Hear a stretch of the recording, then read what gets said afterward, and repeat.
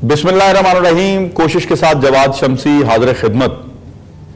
नाज़रीन, दुनिया में बहुत सारे वाक़यात ऐसे होते हैं कि जिनके बारे में ये कहा जाता है अक्सर कि उसकी नज़ीर नहीं मिलती, लेकिन अब हम इस काबिल शायद नहीं रहे कि हम ये अल्फाज इस्तेमाल कर सकें, क्योंकि इतने इतने बड़े वाक़यात इन आंखों ने देख लिए हैं।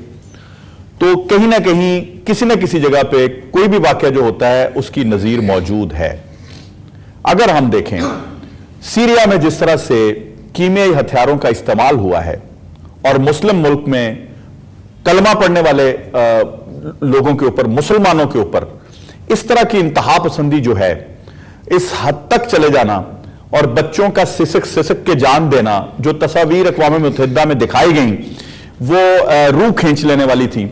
लेकिन हैरान कुन बात है कि अमेरिका तो बोलता है या बोला है, और शायद किसी साजिश के तहत बोला है या जिस तहत भी बोला है, लेकिन हमारे मुस्लिम ममालिक जो हैं, जिसको हम मुस्लिम उम्मा के तौर पे हमेशा रिप्रेजेंट करते हैं, कहते हैं जी मुस्लिम उम्मा क्यों खामोश है? उनकी खामोशी बड़ी जू मैनी है। किसी ने कंडेम नहीं किया। इवन हमारे बरादर इस्लामी मुल्क सऊदी अरब के इमाम काबा जो यहां तशरीफ लाए, उन्होंने यहाँ एक वो अटेंड कर रहे हैं एक जमात का जो है वो जलसा जुलूस, उसमें उन्होंने बाकायदा तौर पे जो है कंडेम नहीं किया इस वाक़े को। और इसी तरह आप देखें हमारे वज़ीर आज़म हो या हमारे तर्जुमान हो या हमारी मिनिस्टर इतलात हो या दीगर इदारे जो इस मुल्क के हैं, किसी ने कोई रिएक्ट नहीं किया इस वाक़े के ऊपर। इसकी रीज़न क्या है? और अगर देखा जाए कि इस्लामी, मैं कल के प्रोग्राम में भी ये कहा कि इस्लामी इत्तेहादी फौज बनाई जा रही है और उसका सरबराह पाकिस्तानी आर्मी चीफ को एनओसी मिला है बनने के लिए, लेकिन हैरान कुन बात है कि उस मुल्क की तरफ से भी कंडेम नहीं किया गया। और आप देखें कि अमेरिका की साजिश क्या है इसके पीछे, या किसी अपने मकासद के तहत अमेरिका ने हमला किया है। और रशिया को भी देखें तो क्या वो मुसलमानों का हमदर्द है? नहीं, वो अपने मामलात को लेकर आगे बढ़ रहा है, वो अपना ग्रज है उसको अमेरिका के साथ। शायद उसको ये इल्म है कि अगर ये क्रॉस करता है तो आगे फिर हम ही हैं, हमारी तरफ बढ़ेगा अमेरिका। उसको रोकने के लिए शायद इस तरह के मामलात आगे किए जा रहे हैं। और इसका क्या सबूत है कि ये बशार अल असद ने ये हमला किया है या उनकी शाम की तरफ से, शामी तैयारों की तरफ से या शामी फौज की तरफ से ये हमला हुआ है? क्योंकि अमेरिका तो इल्जाम लगाने में माहिर है। इस तरह के बहुत सारे इल्जाम इराक में कीमियाई हथियारों की मौजूदगी के लगा के इराक पे चढ़ दौड़ा और फिर उसके बाद कुछ नहीं मिला तो फिर माजरत खाना अंदाज, लेकिन वहां तबाही। ये अंदाज कब तक बर्दाश्त होगा पूरी दुनिया में? इन मौजूआत पे आज गुफ्तगू करेंगे। मेरे साथ शरीके गुफ्तगू होंगे, किसी तारफ के मोहताज नहीं है, सिविल सोसाइटी और ह्यूमन राइट्स की रूह हैं जनाब अब्दुल्ला मलिक साहब। Welcome to my show. उनके साथ तशरीफ रखते हैं जनाब पीपल्स पार्टी के जबरदस्त किस्म के सीनियर रहनुमा जनाब जावेद अख्तर चौधरी साहब। Welcome to my show sir. उनके साथ तशरीफ रखते हैं मुबीन काजी साहब। मैं भी इनको भी ह्यूमन राइट्स के हवाले से मैं बहुत जानता हूं, पीएसपी से ताल्लुक तो है, लेकिन ये इंसानी हकूक के लंबरदार भी हैं। Welcome to my show sir. हम आगाज करते हैं अब्दुल्ला मलिक साहब से। अब्दुल्ला मलिक साहब, ये जो शाम में हुआ, दाइशी तो बड़ी देर से वहां पे जुल्म और बर्बरियत की दास्तानें ढा रहे थे। इवन इस हद तक चले गए थे कि कब्रों को खोदकर उसमें से लाशें निकाल रहे थे। उस वक्त तो अमेरिका नहीं बोला। अब ये कीमियाई हमला जो हुआ है ये कहां से हुआ है, किसकी साजिश है? बच्चों के ऊपर जिस तरह से हमने तस्वीर देखी है, दिल रूह कांप जाती है। तो आप क्या समझते हैं क्यों हो रहा है ये?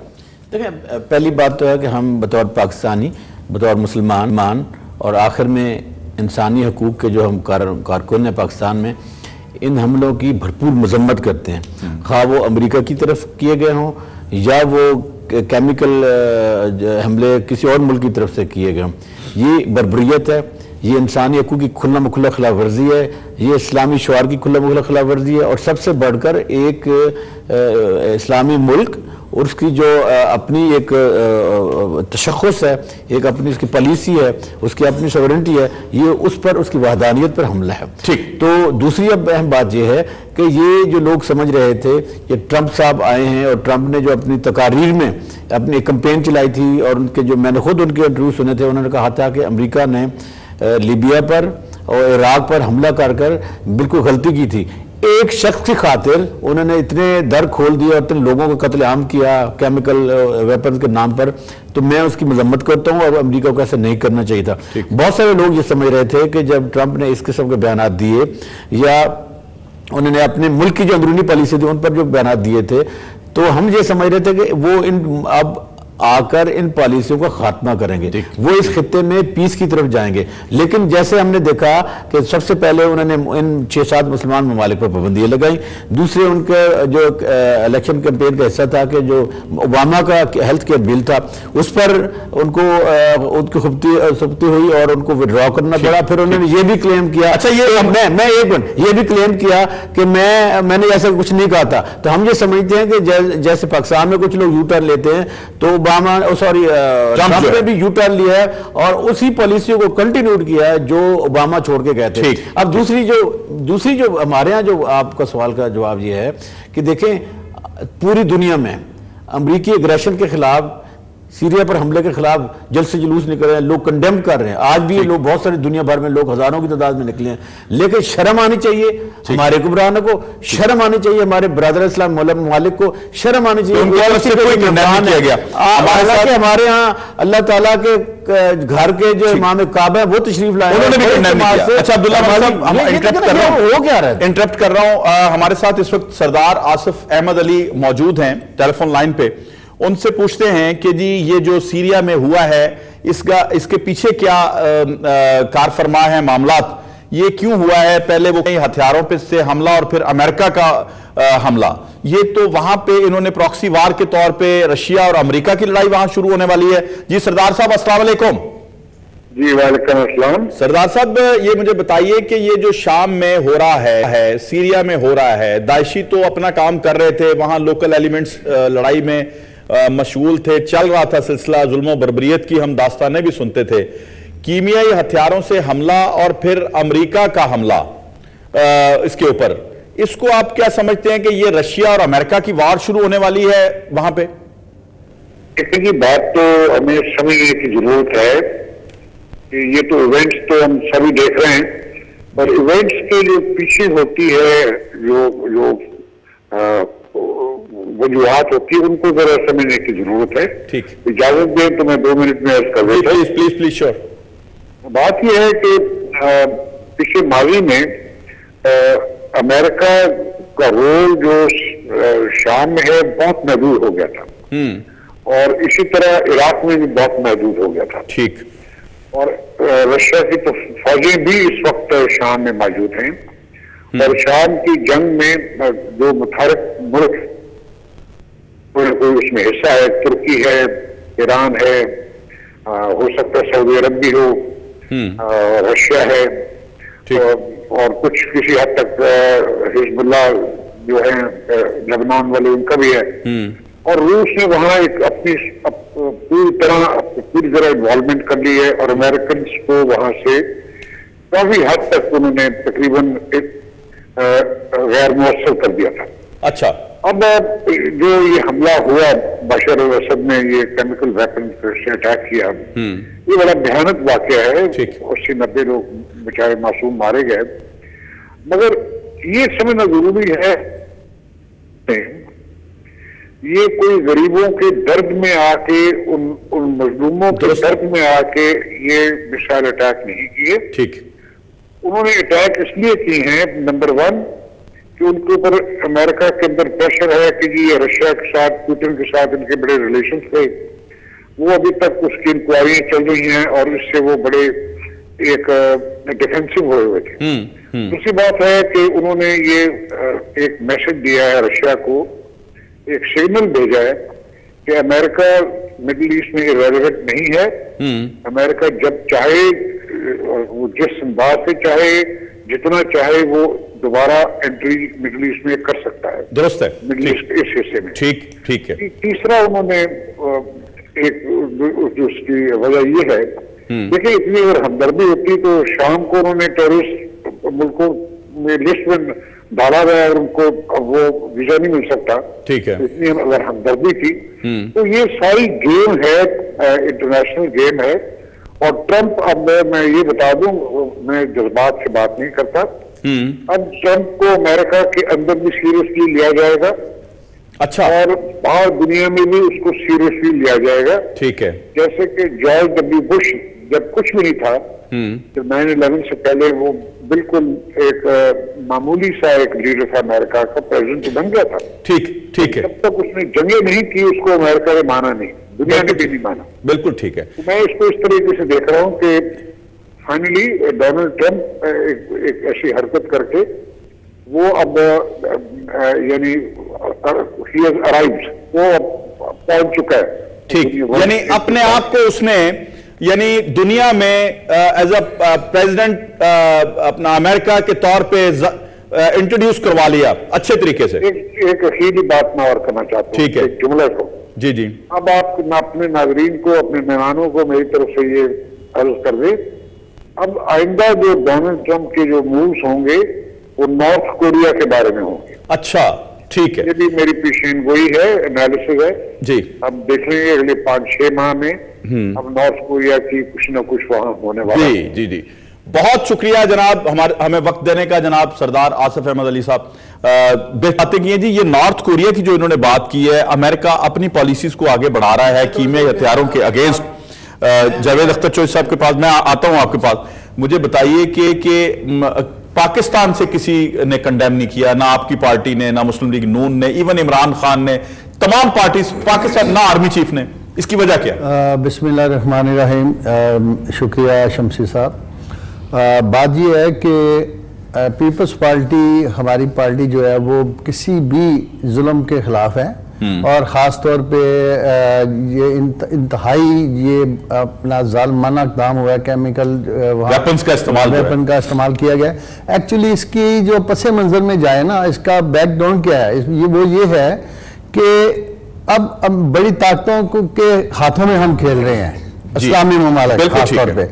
अब आज ये पहले इराक पे हमला हुआ था, मैस डिस्ट्रैक्शन के चक्कर में वहाँ अमेरिका गया था, चूंकि कोई इस्लामी ममालिक नहीं बोला था, हालांकि वो बिल्कुल बाद में उस वक़्त के सेक्रेटरी फॉरेन अफेयर्स अमेरिका के कॉलिन पावेल ने इसीलिए रिजाइन दे दिया था कि ये गलत है, वहाँ हमें नहीं जाना चाहिए। ठीक है। अब बात यह है कि जुल्फ़िकार अली भुट्टो शहीद ने 1974 में पहली दफा एक कामयाब इस्लामी ममालिक की एक कॉन्फ्रेंस लाहौर में की थी, मुस्लिम उम्मा का जो कॉन्सेप्ट, जी हाँ, उसमें उन्होंने एक कहा था, उन्होंने कहा था कि कोई बड़ी ताकत नहीं, हम थर्ड वर्ल्ड हैं, हम तीसरी पावर हम हैं, हमने इस पूरी दुनिया में अपने कानून बनवाने हैं, हम अपने करेंसी बनाएंगे, हम अपने बैंक बनाएंगे, और जिसका आगाज जुल्फ़िकार अली भुट्टो ने एक न्यूक्लियर प्लांट से शुरू किया, और उसका नाम उन्होंने रखा था इस्लामिक बम,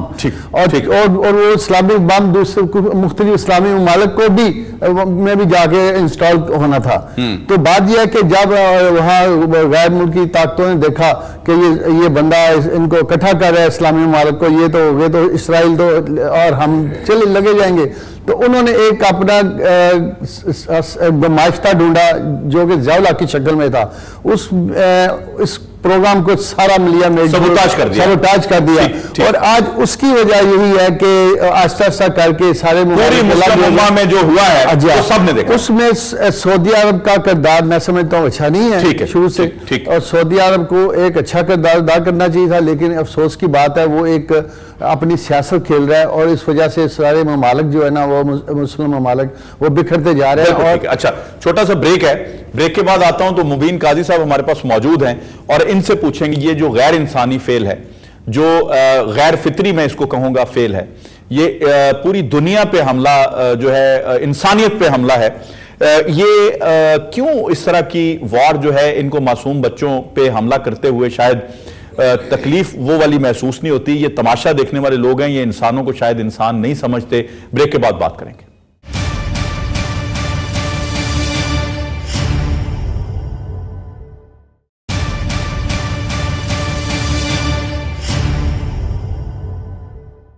वेलकम बैक नाज़रीन, हम बात कर रहे हैं सीरिया पे होने वाले कीमियाई हमले की, कीमियाई हथियारों से हमले की, फिर अमेरिका का ये रिएक्शन, और क्या ये रिएक्शन जो है वो मुसलमानों के दर्द में है?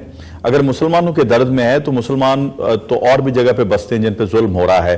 ये ऐसा ही जुल्म फ़लस्तीन में ढाया जा रहा है। इसी तरह कश्मीरियों पे जो गन फाइट्स होते हैं वहां पे भी है, उधर तो कोई कंडम नहीं कर रहा वहां पे। लेकिन अफसोस ये है कि हमारी तरफ से भी कोई इस्लामी कोई मुस्लिम का दिल रखने वाले जो ह्यूमन राइट्स की जो तंजीमें हैं वो भी खामोश नजर आती हैं।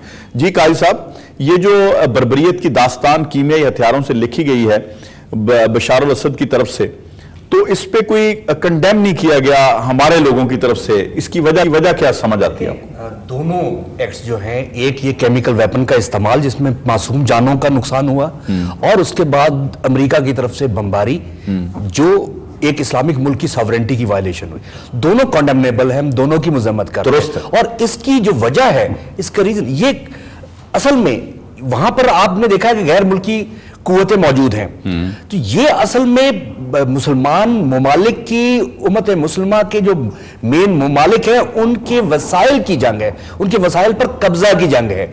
ये किसी इंसानी हमदर्दी के तहत जो गैर मुल्की ताकतें हैं, वह गैर मुस्लिम कुव्वतें, वो वहां नहीं आई, क्योंकि अगर इंसानी हमदर्दी होती तो इससे पहले ये फलस्तीन में जाते, उससे पहले ये कश्मीर में जाते, इससे पहले ये साथ ये जाते बर्मा में। ठीक, लेकिन वहां आपको ये नहीं नजर आएंगे, ये सिर्फ उस जगह नजर आएंगे जिस मुस्लिम कंट्री के अंदर, जिस मुस्लिम मुल्क में वसाइल होंगे, ठीक है, कुदरती वसाइल, उस पर कब्जे की जंग। और इसमें जो सबसे शर्मनाक चीज है, हम इनको कैसे कंडेम करें गैर मुस्लिम कुव्वतों को, जब हमारी अपनी उम्मत मुसलमा उसकी जो शर्मनाक बेहिसी, बेहमियती है कि वो इस पर नहीं बोलते।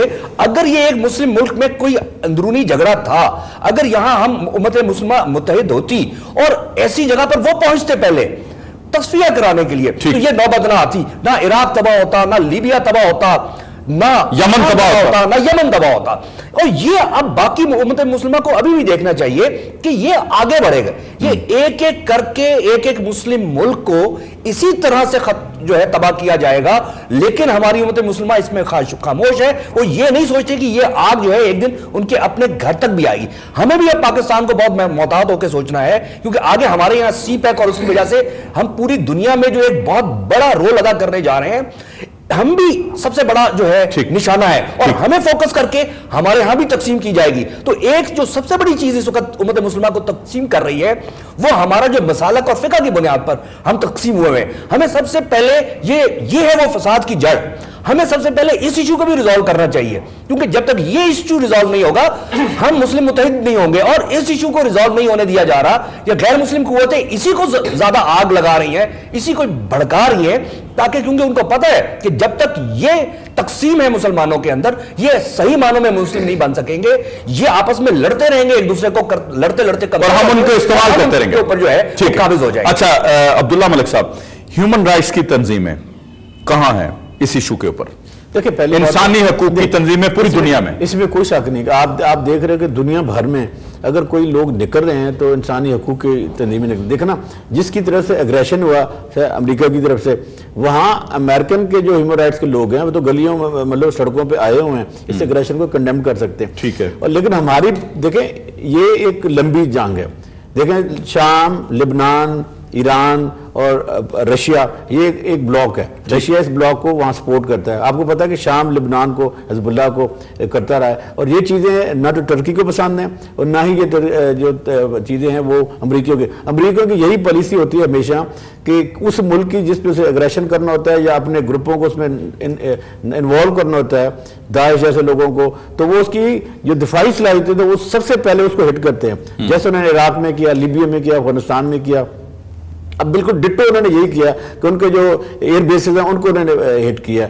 अब देखना है कि जो सिक्योरिटी काउंसिल है उसमें जो 2 स्ट्रॉन्ग मेंबरान है, एक चाइना और रशिया, इनका आने वाले वक्तों में क्या किरदार होता है। अब दूसरी जो अहम बात यह है कि अब हमारे यहाँ जो इस्लामिक फोर्सेस का बनने जा रहा है, क्या ये सऊदीया के डिफेंस के लिए जाएंगे या अपने तमाम इस्लामी ममालिक के जो मुश्तरका मसाइल हैं उनके लिए ये कोई लाहेमल बनाएंगे? अगर तो ये सऊदीया के लिए जाएंगे तो फिर हम पाकिस्तान जो पहले आइसोलेशन का शिकार है, मजीद आइसोलेशन में चला जाएगा। होगा। और जो इस्लामी ममालिक कल हमारे कश्मीर पॉलिसी पे या दूसरी इशूज पे हमें बैक किया करते थे, ईरान जैसे, शाम जैसे ममालिक, ये फिर जाके इंडिया के ब्लॉक में चले जाएंगे। तो मेरा ख्याल है कि दुनिया में एक नया तवाज़ुन कायम होने जा रहा है और ये जो जंग है ये मुझे फैलती हुई नजर आ रही है। और बिल्कुल सही कहा जनाब सरदार हाफिज अहमद अली साहब ने कि वो लोग, जैसे मैंने भी शुरू में यही कहा कि ट्रंप को नॉन सीरियस ले रहे थे, अब वो ट्रंप की तरफ मुतवज्जो होंगे, बल्कि उनके अपने मुल्क में एक डिबेट चलेगी और वो लोग, जैसे उन्होंने एक पॉलिसी तो भी की है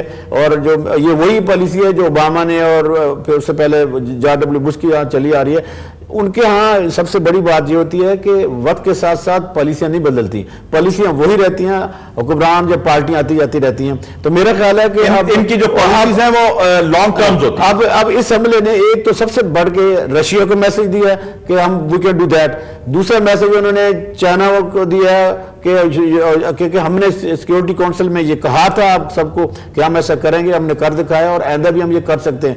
तो फिर वो शुमाली कोरिया की तरफ जाएंगे। तो मेरा ख्याल है कि जो ट्रंप का जो प्लान है वो हमें बढ़ता हुआ नजर आ रहा है और इस खित्ते में कशीदगी मजीद होगी। अब देखना, अब सोचने की बात हमारे लिए क्या आज प्रोग्राम के साथ से कि किलिंग किन की हो रही हैं, मुसलमानों की हो रही हैं, बच्चों की मारी हैं, और हमारा क्या किरदार अदा बनता है। अगर हम वाकई जैसे हम पहले जैसे जवेद भाई ने कहा कि 2 इस्लामिक सरबराही कॉन्फ्रेंस हमारे यहाँ हुई और इस्लामिक ब्लॉक बना, वो ब्लॉक तो हमें कहीं नजर नहीं आ रहा। अब ये है कि अगर हम वाकई कोई किरदार अदा करना चाहते हैं तो पाकिस्तान को पीस के लिए जाना चाहिए और डायलॉग करना चाहिए। अच्छा, फिर उसी सियासत में वापस आना चाहिए, फिर तो हमारा कोई किरदार बाकी बचता है। अगर हम सऊदीया के पीछे चल पड़े तो मुझे अपना जो फ्यूचर है, जो फॉरेन हमारी पॉलिसी है, वो बड़ी डार्क नजर आ रही है। अच्छा चौधरी साहब, मुझे ये बताइए कि पनामा हो या कोई किसी किस्म का इशू हो, करप्शन का इशू हो या जरदारी साहब की टांग खींचनी हो या कुछ ऐसे कुछ और मामला करने हो, तो किसी ना किसी तरफ से कहीं ना कहीं से बहुत बड़ी बड़ी स्टेटमेंट्स आती हैं। मैं बार बार इस पे फोकस कर रहा हूं कि इस इशू पे जो टोटली इंसानी हकूक का इशू है, चले मुस्लिम्स भी निकाल दें, उसके ऊपर हमारे मुल्क में कोई आवाज, कोई प्रोटेस्ट, कोई एहतजाज क्यों नहीं है? शमसी साहब, बात ये है कि इन्होंने, काजी साहब ने बड़ी अच्छी बात की कि ये जो जंग है और मुल्कों में भी आ सकती है, इस्लामी मुल्कों में, और आएगी, और हमें ये अंदेशा है कहीं पाकिस्तान में ना घुसा है ये, और वो बड़ी देर से घुसी है, लेकिन थोड़ा अभी वो लोगों में, चूंकि पाकिस्तान के लोगों में अवेयरनेस है और इस वजह से थोड़ा सा बचा हो रहा है, वरना काफ़ी कोशिश हुई है सुन्नी और शिया को लड़ाने की। और मैं अपने सुन्नी शिया भाइयों को भी अपना मशवरा यही दूंगा कि किसी साजिश में शरीक ना हो, पाकिस्तान को पहले देखे। दूसरी बात यह हुकूमत की रह गई, हुकूमत कभी भी सऊदीया से हट के नहीं चलेगी, क्योंकि ये उनके खास बंदे हैं, नवाज शरीफ के उनके घर के बंदे हैं, और उनकी जो पॉलिसी होगी वो करेंगे। ये पाकिस्तान की नहीं देखेंगे पॉलिसी को, कि पाकिस्तान की पाकिस्तान का मफाद नहीं देखेंगे, क्या बेहतर पॉलिसी होनी चाहिए पाकिस्तान के लिए, ये वो देखेंगे कि सऊदी अरब हमें क्या कह रहा है, इससे बड़ा नुकसान हो रहा है पाकिस्तान। क्या आप समझते हैं, ठहरे, क्या आप समझते हैं कि ये जो कीमियाई हमला बशार अल असद ने किया है, ये किसी सूरत भी किसी इस्लामी मुल्क के मफाद में? नहीं, किसी के ये इस्लामी मुल्क क्या कि हम किसी क्रिश्चियन के ऊपर भी हमला हम उसको भी मजम्मत करेंगे, तो इसकी मजम्मत लानी चाहिए थी ना। ये इंसानी, मैं कह रहा हूं, ये इंसानी मामला है, इंसानी मामला है। इसलिए ये मुसलमान या हिंदू या कोई भी हो, हम तो, हमारा मजहब तो ये नहीं कहता कि हम किसी के साथ जुल्म देखें, हमारा मजहब तो ये कहता है कि जुल्म से आगे डट जाओ। तो बात यह है कि ये हुकूमत कभी ये नहीं करेगी, ये बड़ा आने वाले हालात पाकिस्तान के लिए बड़े खतरनाक है। और उधर से इंडिया हमारे खिलाफ है, उधर से काबुल हमारे खिलाफ है, और ईरान जो हमारा ब्रदर मुल्क है उसको भी ये नाराज कर रहे हैं। अच्छा, मैं एक बात आपको ऐड कर दूं, देखिए किसी मुल्क की सालमियत पर हमला करना, ये जो ट्रेंड चल पड़े बड़ा डेंजरस है। देखना ड्रोन हमले की सूरत में पाकिस्तान में होता रहा है। नहीं, एक और चीज ऐड कर दूं, इस हमले के बाद जो ट्रंप ने कहा ना वो बड़ा अहम है। उन्होंने कहा कि हमने अमेरिका को महफूज किया, तो ये जो पॉलिसी है कि हमने अपने मुल्क का दफा किया है तो कोई और मुल्क भी कर सकता है। हमें डर है कि अगर हमने इसकी मजम्मत ना की और ओआईसी ने इसकी मजम्मत ना की तो कल इंडिया भी हम पे ये कह सकता है कि चूंकि यहाँ से एग्रेशन होता है तो हमने तो जो ना सर्जिकल अटैक किया। अच्छा, हमें अपनी सेफ्टी जरूर करनी चाहिए। मुबीन काजी साहब, क्या हम ये करना नहीं चाहते या हम इस काबिल नहीं रहे, हम में सकत नहीं रही कि हम कोई किसी ऐसे गैर इंसानी सलूक को कंडेम करें, सकत नहीं रही या करना नहीं चाहते? मेरे ख्याल में हम बहुत नाजुक मरहले पे हम खुद जा रहे हैं पाकिस्तान इस वक्त, और बहुत सोच समझ के जो भी डिसीजन लेना है वो करना चाहिए। इस वक्त हमें हमारे अपने मुल्क के अंदर, अगर हम एक अपने मुल्क को कंडेम करते हैं तो एक हमारा अपने विद इन कंट्री जो मसालक हैं उनमें से एक मसलक नाराज हो जाता है। हम दूसरे कंट्री को अगर कंडेम करते हैं तो दूसरा मसलक नाराज हो जाता है। इसलिए इन सारी चीजों को, ये हमारी कमजोरी है और हमारी प्रॉब्लम यह है कि आज तक हमने फैसले जब पाकिस्तान में किए हैं तो हमने कौमी मुफाद की बुनियाद पर नहीं किए, जाती या सियासी मुफादात की या जाती ताल्लुकात की बुनियाद पर किए। और ये वो वक्त है कि अब पाकिस्तानियों को ये सोचना चाहिए कि अब हम आज से आगे हम अपने कौमी मुफाद में देखें, हम अपने तमाम मुस्लिम ममालिक को, ब्रदर ममालिक को साथ लेकर चलें और हम अपने अंदर देखें कि हम अपने अंदर भी फिरका वाराना हम आंगी पैदा करें, हम यहां भी प्यार मोहब्बत के साथ करें और ये सोचें कि अगर हम यहां शिया सुन्नी फसाद करते रहेंगे अपने कंट्री के अंदर तो सबक सीख ले, शाम से सबक सीख ले, यमन से सीख ले, लीबिया से सीख ले, इराक से सीख ले, हमारा वही असर होगा। अच्छा नहीं, हम मसलक के पीछे लड़ते रहेंगे, हम सिर्फ और सिर्फ यहां पे मैं एक वजाहत चाहता हूं।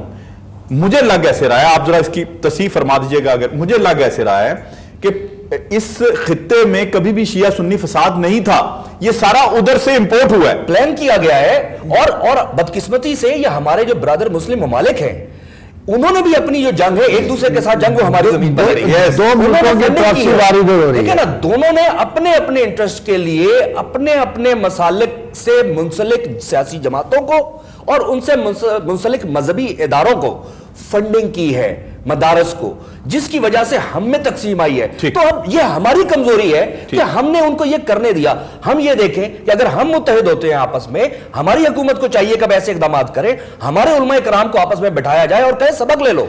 अच्छा, ये जो तकसीम है, लड़ते रहो, ये जो तकसीम है सर, हम मुझे ये जरा इस पे जरा ज्यादा मुझे बताइए कि ये जो तकसीम है ये हुक्मरानों की वजह से आई है या अवाम की वजह से आई है? देखिए, ये हुक्मरानों की नाअहली की वजह से आई है। ठीक है, क्योंकि अगर हुक्मरान नाअहल ना होते, नहीं, अगर अच्छा एक और आसान कर दें, अगर थोड़ा सा और आसान हमारा टैक्स हुक्मरानों की वजह से आई है या वो लाए हैं तकसीम? देखिए, ये जरा बड़ी उनकी एक तो नाअहली है, दूसरी उनको ये फहमो फरासत ही नहीं हमारे कौन से हुक्मरान या उनको सूट करती है, बताइए उनके वेस्टर्न इंटरेस्ट है, इनको सूट करती है, वेस्टर्न इंटरेस्ट एक मुझे ये बताइए कि हमारे अभी तक जितने हुक्मरान आए उनमें से कौन सा ऐसा साहिब फरासत आदमी था जिसकी इतनी लॉन्ग साइड थी कि अपनी फोर साइड थी, उस काजी साहब उसने ये चीज काजी साहब एक अटेम्प्ट किया। काजी साहब आप सच कहे ना, ठीक है, नवाज शरीफ साहब चूंकि उनका उन पर बड़ा एहसान है सऊदियन का, तो वो तो कभी इस सीरिया वाले इशू को कंडेम नहीं करेंगे। अब जो सवाल इनका बड़ा वैलिड है, वो सवाल ये है जो हमारे यहाँ लिबरल पॉलिटिकल पार्टीज हैं, पीपल पार्टी है, पीपल पार्टी खामोश है, क्योंकि पीपल पार्टी को सीरिया ने हमेशा सपोर्ट किया। हम इस वक्त भी सिर्फ बुरा कहते जाएंगे अगर तो हल नहीं होगा। ठीक है, हमारा ये होता है हम हर जगह पे सिर्फ चीजों को कुछ को कंडेम करते जाते हैं, हम कोई रोशनी का चिराग जलाते नहीं, को चिराग जलाएं, किस तरह जलाएं, कोशिश करें, हम खुद अटेम्प्ट करें। यहां से हम इस प्रोग्राम के जरिए, इस प्लेटफॉर्म के जरिए भी हम अपील कर सकते हैं, सजेस्ट कर सकते हैं कि आप इकट्ठे हो, हमारे अब हमें ऐसी लीडरशिप भी चाहिए जिसके पास इतनी पॉलिटिकल फोरसाइट हो जो मौजूदा सिर्फ इस वक्त की नहीं, हमारे आने वाली नस्लों के बारे में सोचे। आप पाकिस्तान की बेहतरी के लिए तो टीओआर बना नहीं सकते, देखिए आप वर्ल्ड के लिए कैसे बनाएंगे? हम अब फिलहाल हमें दुनिया नहीं, फिलहाल हमें पाकिस्तान को देखना चाहिए। हाँ जी, हमें पाकिस्तान को अगर हम मजबूत कर लेंगे फिर हमारी दुनिया में कुछ से होगी। ठीक है, अगर पाकिस्तान में कमजोर है तो हमारी बात को कौन सुनेगा? हमारी बात में वजन ही नहीं होगा। काजी साहब से थोड़ा सा इख्तिलाफ करूंगा। इन्होंने कहा कि अपना कोई हुक्मरान पाकिस्तान का ऐसा नहीं आया जिसमें फहम फरासत ना हो। मैंने पहले अर्ज किया है कि जुल्फ़िकार अली भुट्टो ने उनके बाद उन्होंने कहा नहीं उन्होंने कोई आया ही नहीं। तो बात यह है कि जुल्फ़िकार अली भुट्टो से ज़्यादा फहम फरासत का कोई लीडर था या पाकिस्तान में आया जिसने सारे इस्लामी मुल्क को इकट्ठा कर लिया। हम छोटे छोटे तो गलियों में। असल में जरूरत यह है कि मुस्लिम उम्मा का जो कॉन्सेप्ट है जिसको ज़ख्म है और OIC को मैं हमेशा कहता हूं OIC। जब वक्त गुजर जाता है तो उसके बाद उनको समझ आती है खुदारा उनकी तरफ से कंडेम होना चाहिए, वरना मुस्लिम ममालिक में वो खुद ही कीमियाई हथियारों से हमला करेंगे और खुद ही उसको कंडेम करने के लिए फिर उसी अवाम को मारेंगे। ब्रेक के बाद बात करेंगे।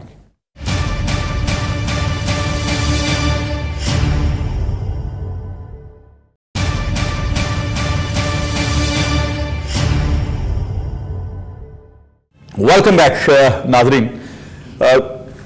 अफसोस तो हम करते रहेंगे लेकिन अफसोस इसका हल नहीं है। उम्मत मुसलमा OIC खामोश है और फिर मैं बार बार ये कह रहा हूं कि हम अपने अपने मफाद की गेम से जब तक नहीं निकलेंगे, पाकिस्तान तो शायद इस पोजीशन में अब आ जाए कि जितनी मार हमने खा ली है अब हमें सूट नहीं करता कि यहां पे हम अपने अपने मसलक की जंग लड़ें। हम एज अ पाकिस्तानी क्यों नहीं बिहेव करते? क्योंकि पाकिस्तान जो है वो मसलक की बुनियाद पे नहीं बना था। पाकिस्तान एक ऐसा मुल्क था जो सिर्फ और सिर्फ इस्लामी ममलकत के नाम पे, इस्लामी फलाही रियासत के नाम पे बना था, और ये रियासत मदीना के बाद दूसरी जो है इस्लाम के नाम पे बनने वाली रियासत है। ये एक हिस्ट्री है। लेकिन मुझे अफसोस है कि इस्लाम पे नाम पे बनने वाला जो मुल्क है वहां पे इस्लाम आपको टुकड़ों में नजर आता है। कोई शिया नजर आता है, कोई सुन्नी नजर आता है, कोई वहाबी नजर आता है। खुदारा जो बात मुबीन काजी साहब कर रहे हैं, हम अपने अपने मसालिक से निकल के ये सोचें कि इंसानियत क्या है, क्योंकि मजहब इस्लाम फितरत का मजहब है, इंसानियत का मजहब है। हमने अपने मजहब को छोड़ के अपनी अपनी लाइंस जो इख्तियार की हैं, हमें वापस आना है। भटके हुए लोगों को वापस आके हमें इन ऐसे मामलात को कंडेम करना है जो मुस्लिम कश मामलात हैं, जिसमें कीमियाई हथियारों के खोज के लिए इराक पे हमला होता है, कुवैत पे हमला होता है, करवाया जाता है, ईरान पे हमला होता है, उसके बाद शाम पे हमला होता है, फिर यमन पे हमला होता है, फिर मुसलमानों को तबाह करने की साजिश होती है। हम कोई पिछले 15 साल से, इससे भी ज्यादा अरसे से पाकिस्तान में दहशतगर्दी की जंग लड़ रहे हैं। यहां ड्रोन हमले होते हैं, यहां बच्चों को मारा जाता है, उसका रिएक्शन पाकिस्तान को बर्दाश्त करना पड़ता है। अब्दुल्ला मलिक साहब, ये जो हालात हैं, ये मैं एक की सांस में बोल तो गया हूं, लेकिन बोलना आसान है, ये बहुत मुश्किल मरहला है जिससे हम गुजरे हैं। और मैं सिर्फ चूंकि फोकस अब सीरिया पे कर रहा हूं, तो आप सीरिया पे ही बात करें कि वहां पे जो प्रॉक्सी वार होने जा रही है, उसका फायदा किसको पहुंचेगा? देखिए, आपके जो सवाल हैं बड़े वैलिड है, बड़े इंपॉर्टेंट है। आपका जो आखिरी सवाल है सीरिया वाला, ये भी अपने अंदर एक बड़ी वसत रखता है। सबसे इंपॉर्टेंट बात यह है कि हमने जो माजी में सबक सीखा है, जो देखा है, वो ये है कि जहाँ जहाँ अमेरिका ने एग्रेशन किया है, पहले वहाँ से अलकायदा बनी, फिर दाइश बनी। मुझे अब ये नजर आया कि जैसे अलकायदा को मारने के लिए फिर अमेरिकी चल दौड़े थे, अब ये दाइश के बहाने ये हमारे तक आएंगे। तो मुझे सीरिया देखिए, सीरिया का तो कुरान में भी जिक्र है। सीरिया एक बड़ी पीसफुल नेशन थी। अब सीरिया में क्या खूबसूरती है कि सीरिया की जो अवाम है वो ज्यादातर जो है ना शिया मसले से तल्लुक़ रखते हैं, और जो उनकी लीडरशिप है, जो उनके प्रेसिडेंट है, वो सुन्नी है। लेकिन वहाँ आपस में कोई तजाद नहीं है। लेकिन फॉरेन एग्रेशन के बाद इस किस्म के जो तजादात बढ़ते हुए नजर आ रहे हैं, और ये सिलसिला सीरिया से निकलकर जो सराउंडिंग के ममालिक हैं वहां तक जाएगा। जैसे सिर्फ एक यमन को नकेल डालने के लिए पूरे इस्लामिक ब्लॉक की और सऊदीया को डिफेंड करने के लिए फोर्स बनाई गई है। हम ये समझते हैं कि सीरिया से सबक सीखकर पाकिस्तान को अपनी इंडिपेंडेंट खारजा पॉलिसी बनानी चाहिए। जैसे अमेरिका के सदर डोनाल्ड ट्रंप ने कहा कि हम अमेरिका का दिफा करने जा रहे हैं, अगर वो अपना दिफा करने के लिए इस किस्म के इकदाम कर सकते हैं, हमें मार सकते हैं, तो फिर हमें भी अपना दिफा करने के लिए अपनी खारजा पॉलिसी इंडिपेंडेंट बनानी चाहिए। इसमें कोई शक नहीं है कि सऊदीया के साथ हमारे अच्छे तल्लुकात हैं, ईरान के साथ अच्छे तल्लुकात हैं। ये कि मत भूलें कि फिर बलूचिस्तान में कहीं ना कहीं से कोई ना कोई इंटरफेरेंस हो सकती है, क्योंकि जहां आप कहीं किसी पर ज़रब लगाएंगे या किसी ब्लॉक का हिस्सा बनेंगे तो फिर उस पर आपके असरात जरूर आएंगे। अब आप CPEC आप करने जा रहे हैं, तो CPEC बड़ी जो हमारी फोर्सेज हैं, हमारी जो यूनाइटेड, जैसे हमारा जो अपना अमेरिका है उनको भी नहीं अच्छा लगता, हमारा जो पड़ोसी मुल्क है इसको भी नहीं अच्छा लगता। तो हमें कामयाबी की तरफ बढ़ते हुए पीछे भी देखना चाहिए कि पीछे क्या ऐसा नहीं होना चाहिए था जावेद अख्तर चौधरी साहब कि जिस तरह कभी हुआ करता था? मुझे याद है जब मैं स्टूडेंट था तो हम उस वक्त इंटर में पढ़ते थे, मैट्रिक में पढ़ते थे, तो अगर इंडिया में या किसी गैर मुल्क में मुस्लिम कुछ कोई मामला होता था या इजराइल में कोई जुल्म होता था, तो लाहौर की सड़कों पे फैसलाबाद की सड़कों पे, कराची की सड़कों पे बहुत बड़े बड़े प्रोटेस्ट हुआ करते थे उन ममालिक के खिलाफ जो इस तरह की हरकत करते थे जो आपको शाम में नजर आ रही हैं। तो मुझे बताएं कि आज हमें पनामा के लिए तो जुलूस निकलते नजर आते हैं, जरदारी के पेट फाड़ने की बातें होती हैं, दीगर मामला इश्यूज पे हम बात कर रहे होते हैं। यहां पे ना तो दहशतगर्दी के खिलाफ उस तरह से जैसे हम अब जाके कोई 2-3 सालों से लड़ाई शुरू हुई है, पहले हुई है, ना उस तरह के हमें जलसे जुलूस नजर आए हैं, खा वो इस्लामी जो है मजहबी जमातें, मैं कह लूं मजहबी जमातों की तरफ से कंडेम किया गया हो। कश्मीर में जितना जुल्म ढाया जा रहा है उसको भी कंडेम जुबानी कलामी किया जाता है, प्रोग्राम्स में बैठ के किया जाता है। उस तरह से वो जज्बे किधर चले गए? जिस तरह सीरिया में हमला हुआ है, बच्चे तड़प तड़प के सिसक के जान दी है, ना तो हुकूमत ने कंडेम किया है, ना हमारी आवाम की तरफ से उस तरह का रिएक्शन आया। शब्जी साहब, मैं समझता हूँ कि चूंकि जो आपने किया कि पहले कहीं फ़लस्तीन में कोई हमला होता था सब निकल आते थे इराक के खिलाफ, चूँकि वो एक दूसरी नेशन होती थी, वो इसराइल होता था, इसराइल हमला करता था तो सारे लोग शिया सुन्नी सब वो निकल आते थे, या इराक पे हमला हुआ तो उस वक्त निकल आते थे लोग एक सुपर पावर के खिलाफ। अब मसला ये है कि इन्होंने उस सुपर पावर ने अब कहते हैं ना कि घर के अंदर ही आग लगा दी है, यानी आपस में लड़वा दिया, भाइयों को लड़वा दिया, आपस में लड़ा दिया। दिस इज द पॉइंट, ठीक है जी। अब वो कौन किसके लिए निकले, कौन किसके लिए निकले, ये वजह है कि अगर शिया निकलते हैं तो सुन्नी फील करेंगे, सुन्नी की निकलते हैं तो शिया फील करेंगे। लिहाजा पहले सबसे पहले मैं बार बार इसी पे जोर दूंगा कि हमें अपने मुल्क की देखनी चाहिए, इत्तेहाद रखना चाहिए, इन चीज़ों की तरफ नहीं आना चाहिए। देखिए ना, इंडिया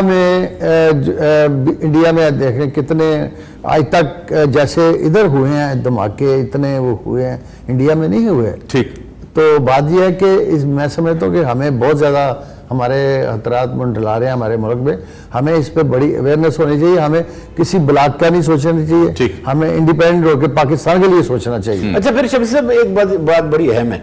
देखिए, वहाँ कोई मसलक की लड़ाई है, हम सब तीनों को और आपका भी ये कंसेंसस है। वहाँ अहम बात यह है कि जो बशार अल असद हैं उनका झुकाव रशिया की तरफ है और ये अमेरिका को पसंद नहीं है। अमेरिका दाइश का बहाना बनाकर, जैसे इराक में उन्होंने सद्दाम हुसैन को केमिकल वेपन है बहाने किया था, ये इनको हटाना चाहते हैं और वहाँ पे एक ऐसी सिचुएशन पैदा करना चाहते हैं ताकि वहाँ के जो मसले के लोग हैं, मुख्तलिफ मज़ाहिब के लोग हैं, आपस में टकरा जाए। जी मुबीन काजी साहब जी, इसमें जो सबसे इंपॉर्टेंट बात है, जिस तरह कहा जो आपने पहले मिसालें दी दूसरे ममालिक की, ये बहुत बड़ा इशू है कि यहाँ एक मुस्लिम मुल्क ही अपनी आवाम के ऊपर एक ऐसा जुल्म किया है और अपनी ही अवाम में से एक ग्रुप जो है वो उस मुल्क की हुकूमत के खिलाफ बगावत। तो लिहाजा यहाँ उस तरह का हम एक्सपेक्ट नहीं कर सकते कि जिस तरह हम जब गैर मुस्लिम कोई पावर जो है वो ताकत वो किसी मुस्लिम मुल्क पर हमला करती है तो हमारी पाकिस्तानी कौम रिएक्ट करती है। तो यहाँ पूरी कौम तज़ब्ज़ुब का शिकार है।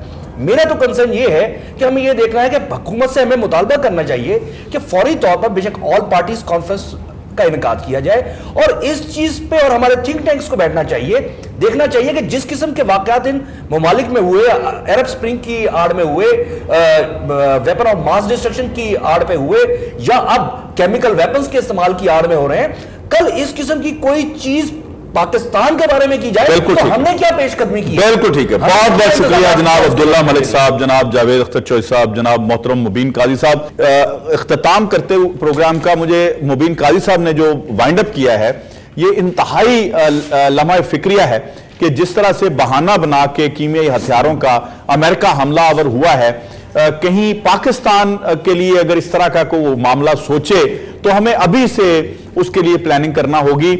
और आंखें बंद करने से, जिस तरह कबूतर आंखें बंद कर लेता है बिल्ली चली नहीं जाती, हमें इन बातों का इदराक होना चाहिए। आज तक के प्रोग्राम के लिए इतना ही। जवाद शमसी को दीजिए इजाजत। अल्लाह हाफिज।